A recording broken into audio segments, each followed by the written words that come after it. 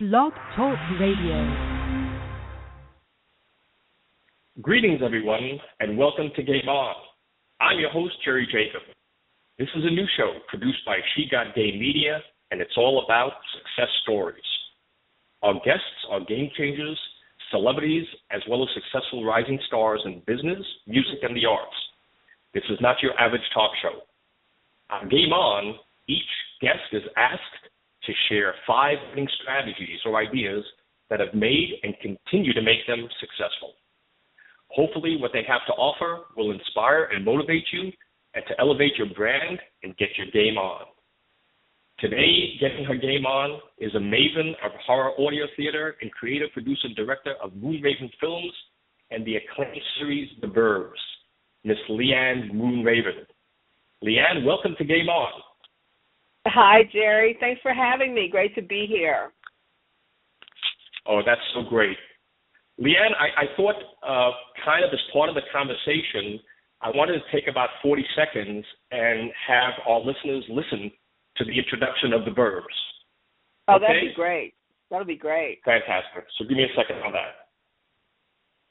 Good evening, and welcome to the Carmen Online Theater Group's feature presentation, The Burbs.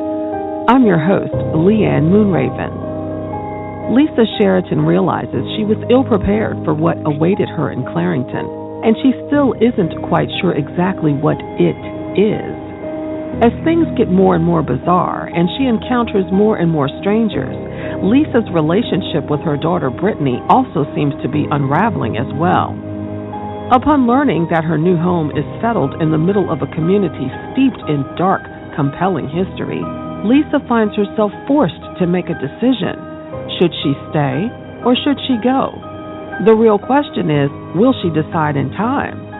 If only she could have known what she was up against. Wow. I love that, Liane. Thank you. I was doing some research. About older. I didn't realize that horror audio theater goes back to 1938. So the quote that I got from it is, "It's fear you can hear." Yes. Who knew, right? I just remember, I think my first exposure to horror audio theater was Orson Welles' War of the Worlds. I think that was the first horror one that I heard, and I was hooked. I was hooked even back then.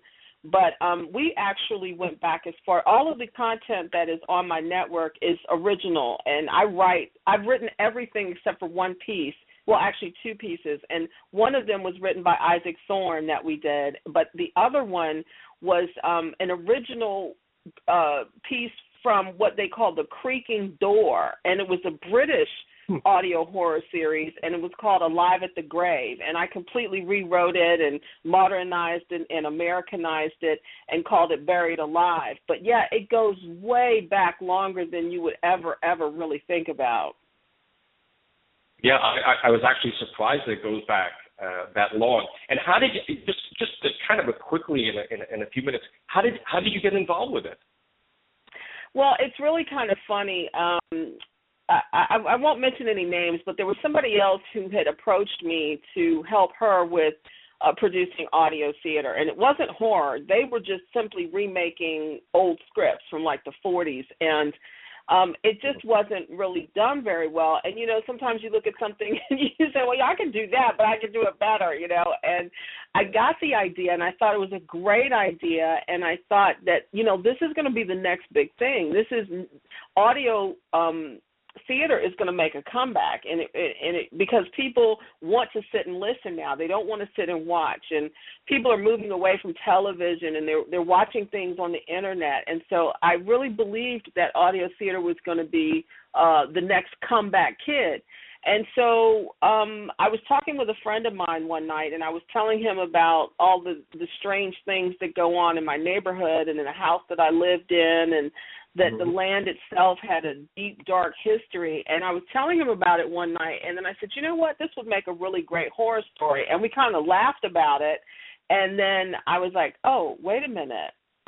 this will make a really good horror story. And so, that seed was planted, and then I kind of matched it up with the audio theater idea, and then it just kind of morphed into this thing, and we're like in the middle of season 3 already. That's amazing. One thing that I remember back then, I think, I'm not sure there was again, everything was sponsored by, like Colgate Palmolive or the Standards. Exactly. And I think one of them was called the Theater of the Mind? Yes. You're absolutely right. Yes. Well, I'm heavily influenced by Alfred Hitchcock, and I just love his style, and I really think that he was the master of being able to tell these bite-sized stories in a very short amount of time. And because I know that we're busy and we have active lives, and my plan was always to keep each episode bite-sized so that people could listen to a complete episode and have a full story in a very few minutes. So that was always my plan. And so each episode of The Burbs is only roughly 12 minutes, between 10 and 13 minutes, somewhere in there.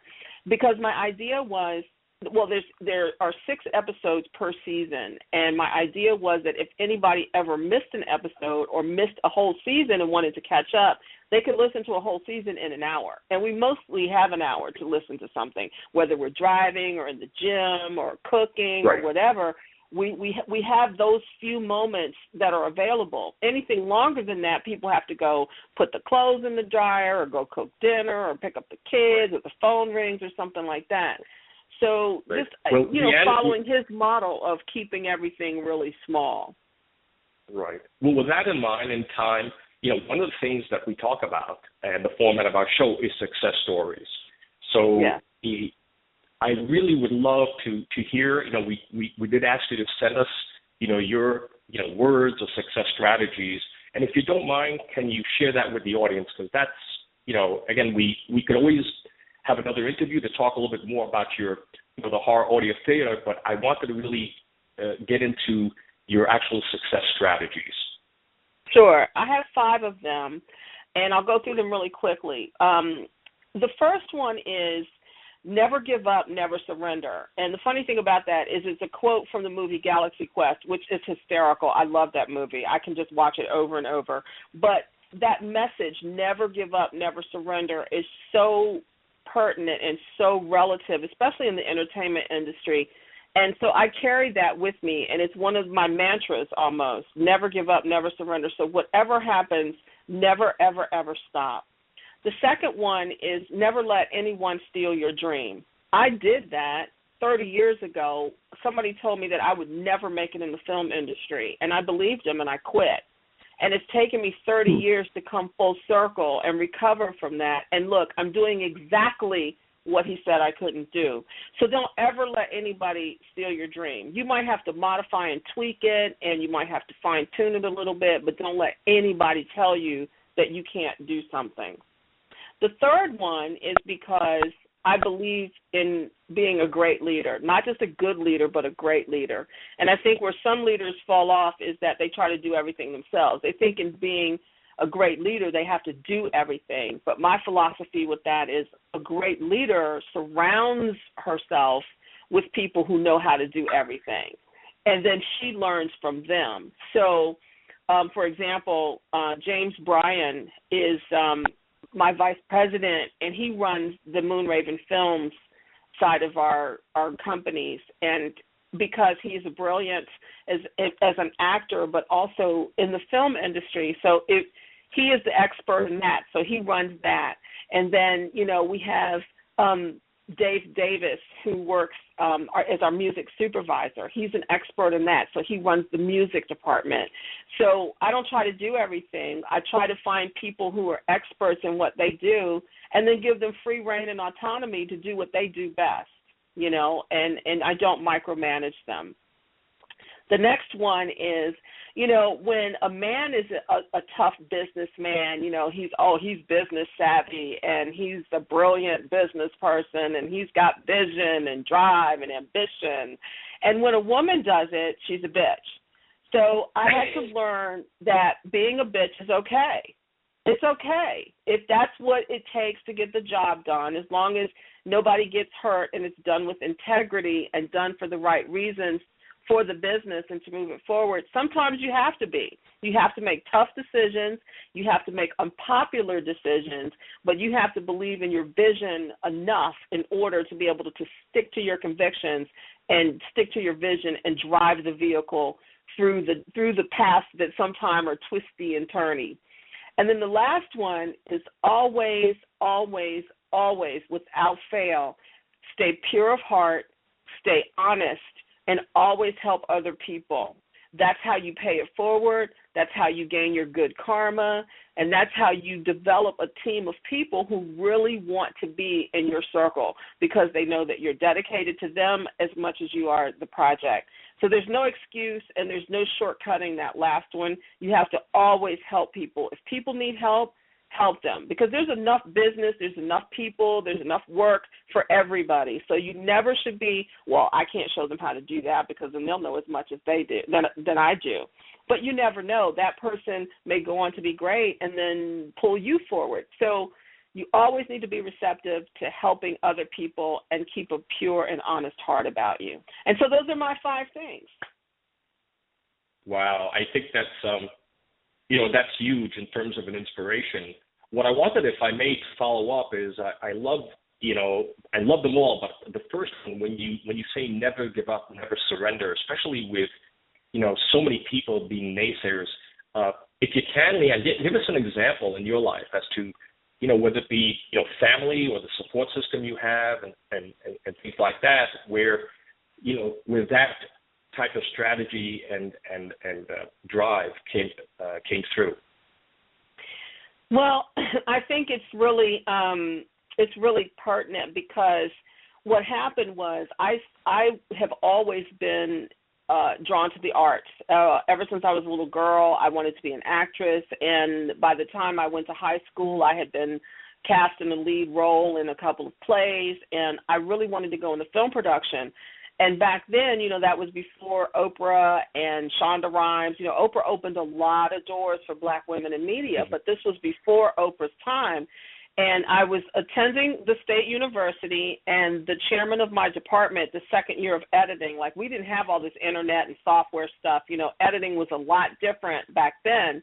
And I was having trouble with an editing class, and I went to my department chairman, and I said, I'm having trouble with this editing and blah, blah, blah. And he looked me right in my face, and he said, well, you might want to consider changing your major anyway because there are no black women in Hollywood. You've got 2 strikes against you. You're black and you're female. You'll never make it out there.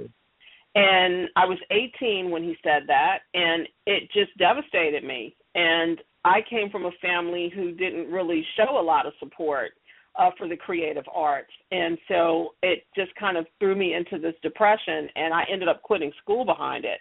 And I kind of put that dream on hold. But if you are a dreamer and you know that something is ingrained in your soul, then you know that no matter how far on the back burner you put it, it will never go away. And that's how film was for me. And as technology caught up with me, I started making videos and putting them on YouTube. And I was always in radio, even on the campus radio station. I had a radio program. And so I started doing a podcast. And, technology caught up with me, and I started meeting people in those circles and growing and maturing and learning. And I was like a sponge. And I surrounded myself with professionals already in the business. And that's when I heard that quote, never give up, never surrender. And it really was almost a cathartic paradigm shift in my life. And that's when that became my mantra. And that's what I live by now. Wow. No, it's, it's inspirational. And, just hearing you talk about it, I give you a lot of credit to persevere and especially at such a young age to be told no and it can't happen. So I certainly give you a lot of credit. It was devastating. Yeah, it was rough. But look at me now. I don't look back. I look at me now. And like I said, I've got James Bryan on my team, Dawn Maria Gomez, Sierra Tier, Dave Davis, Jim DiNatale, Shara DiNatale, Brad Smith, Keon Reed, Mary Dooley Davis, Anthony Stanton, and Jax Atwell. I think I got everybody. Great. I hope I got everybody. Leanne, I so enjoyed our conversation today, and I wanted you to share, how do we get in touch with you? How do our listeners listen to episodes of The Burbs? So with that, give us a quick idea of how they can reach you. Okay. They can find out all of that information by going to our website, which is CarmenTheaterOnline.com. CarmenTheaterOnline.com, or find me on Twitter, which is Liane Moonraven, and or they can get in touch with you, and I'm sure you'll let them know how to find me. I will. Well, again, thank you very much for being a guest on Game On today. Thank you so much, Jerry. Thanks for having me. It was great.